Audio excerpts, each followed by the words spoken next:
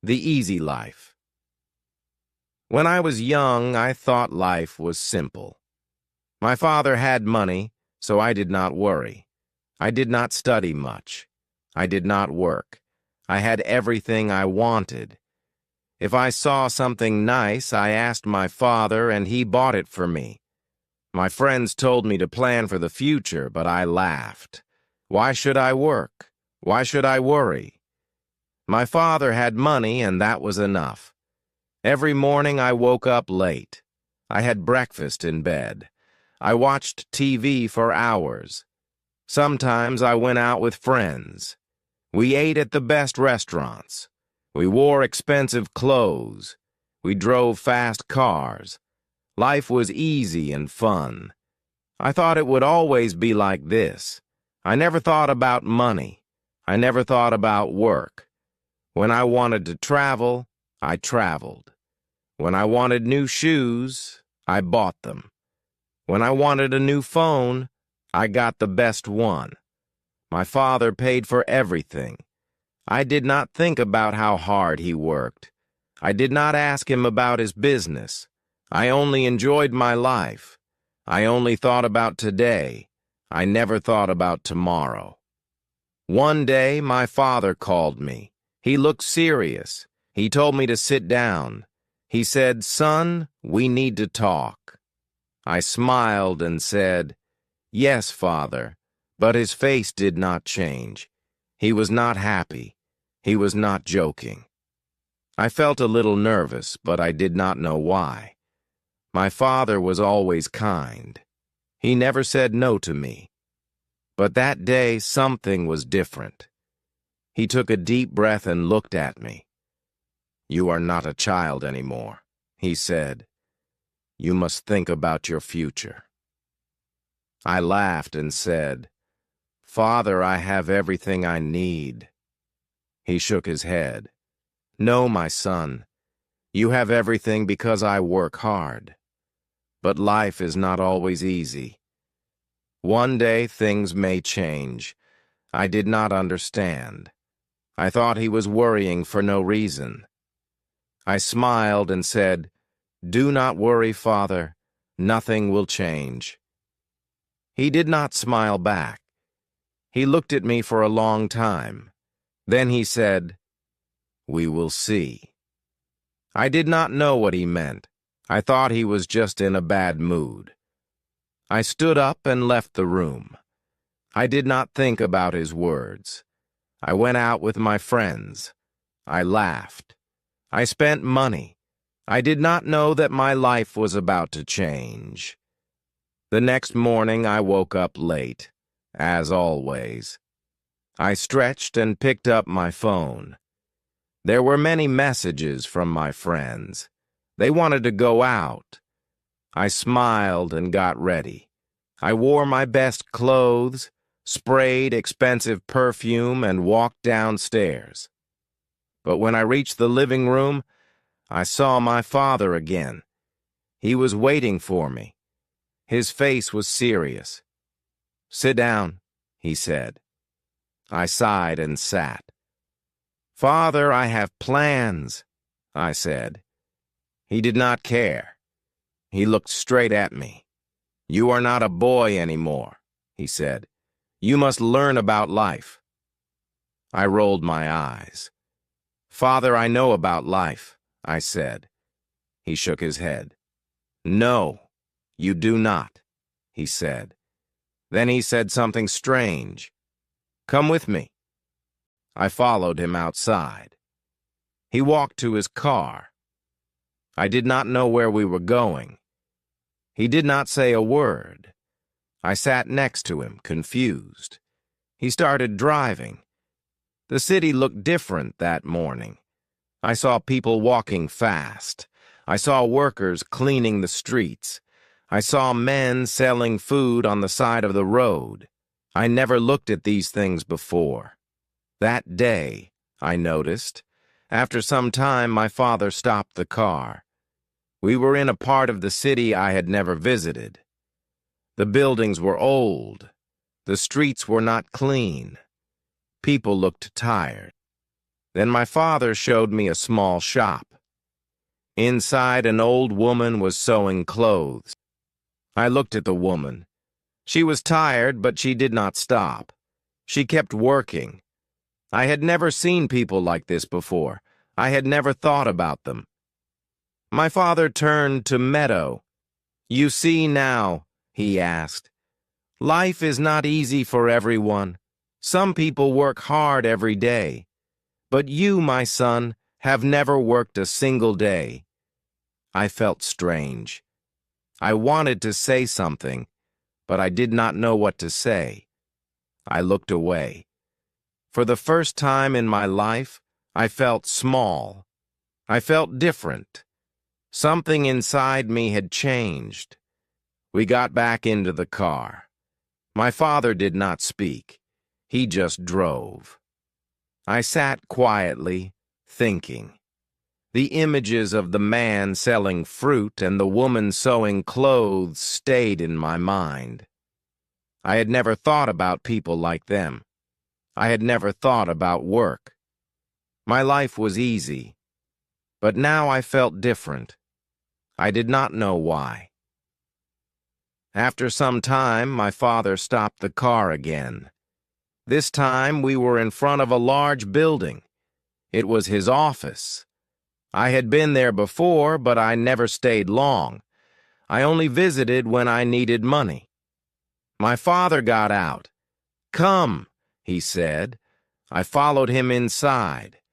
The office was busy. People were walking fast. Phones were ringing. Papers were everywhere.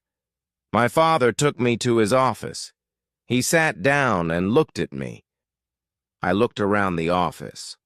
I saw tired workers. Some were writing reports. Some were making calls. Some looked stressed. I never thought about these things before.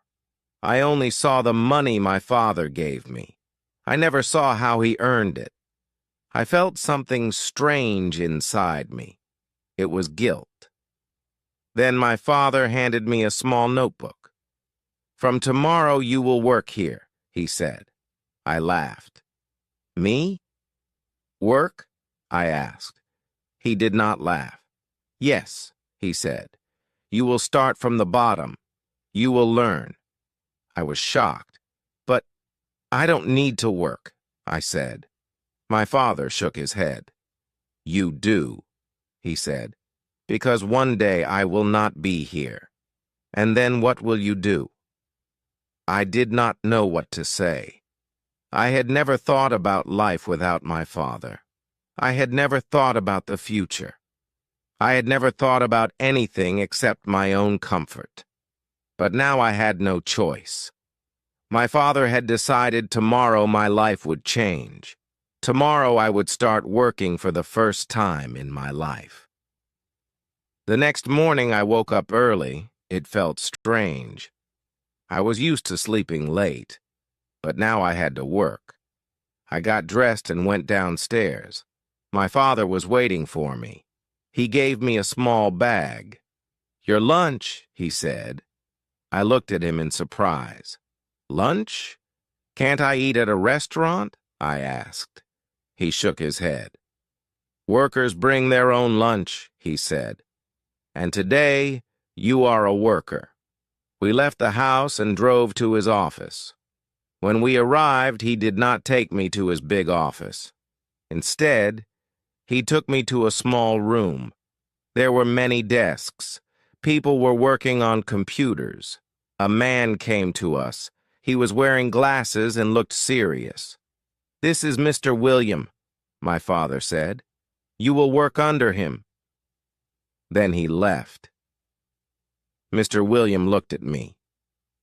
"Come with me," he said. He walked fast. I followed him. He gave me a chair and a small desk. "You will check these papers," he said. He put a big stack of papers in front of me. "Look at the numbers. Find mistakes. Mark them." I stared at the papers. There were so many. "All of them?" I asked. Mr. William nodded. "Yes, and work fast." I sat down and started.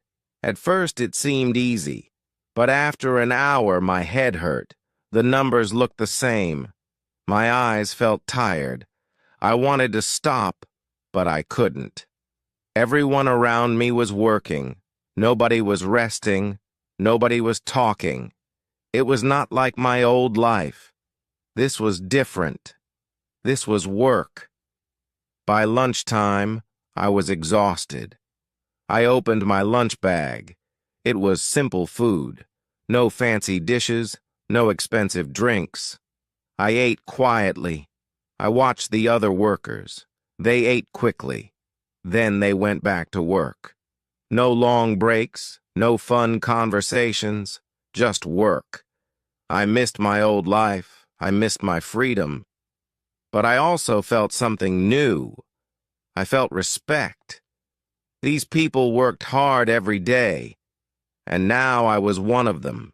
The afternoon was even harder. My back hurt from sitting.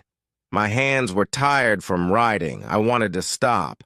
I wanted to go home, but I couldn't. Mr. William came to my desk. He checked my work. He found mistakes. "Do it again," he said. I sighed. I wanted to argue, but I didn't.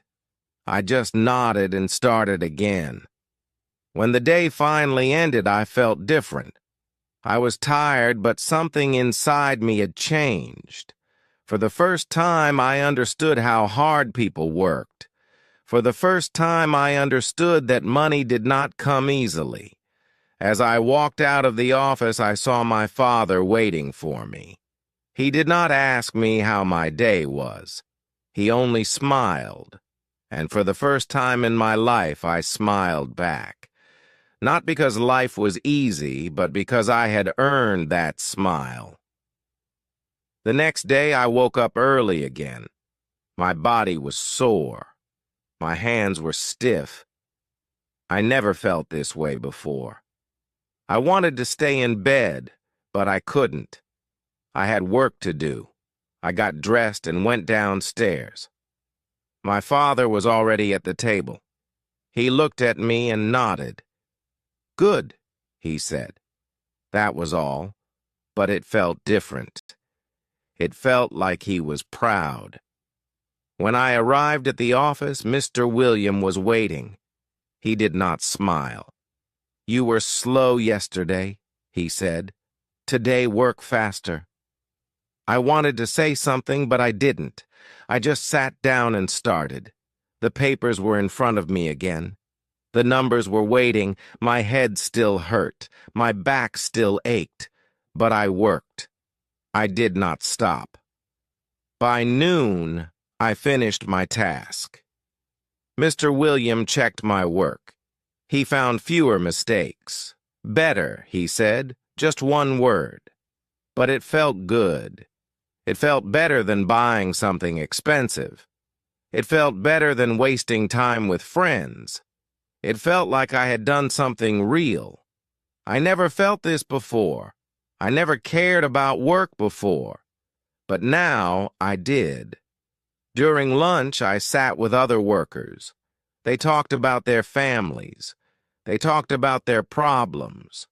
They laughed. They ate fast and went back to work. I listened to them. I never thought about people like them before. I never thought about what they went through. But now I was sitting with them. I was one of them. The afternoon was hard. Mr. William gave me more work. "Let's see if you can handle this," he said. I wanted to complain, but I didn't. I just nodded. I focused. I worked. The hours passed. My back hurt. My hands ached. But I kept going. I wanted to prove that I could do this. I wanted to prove it to myself. At the end of the day, Mr. William looked at me. He did not smile, but he said, "Not bad. Just 2 words, but they meant a lot." I nodded and left the office. My father was waiting outside. He looked at me. "Tired?" he asked. I nodded. He smiled. Good, he said. I understood now. I understood why he made me do this. And for the first time, I did not want to run away from work. I wanted to learn more. Days passed, then weeks, then months. I worked every day. At first it was hard, my body hurt, my mind felt tired. But slowly, I got better. I made fewer mistakes. I worked faster. Mr. Williams still did not smile, but he stopped complaining. Sometimes he even said, "Good job." Those words felt better than any gift I ever received. I started to understand money. Before, I only spent it. Now, I saw how hard it was to earn. I watched my father work. I saw him make big decisions. I saw him handle problems. I saw him take care of the company. I never respected his work before, but now I did. He was not just a man with money. He was a man who built something with his own hands. One evening, my father called me to his office. He looked at me for a long time. Then he said, "You have changed." I did not know what to say. He continued, "At first, you were lazy.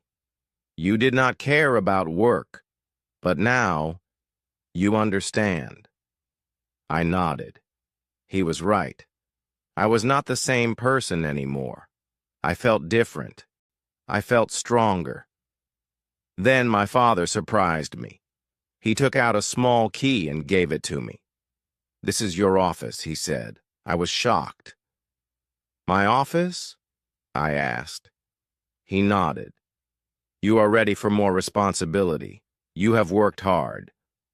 Now it is time to take the next step." I held the key in my hand. It was small, but it felt heavy. It was not just a key, it was trust.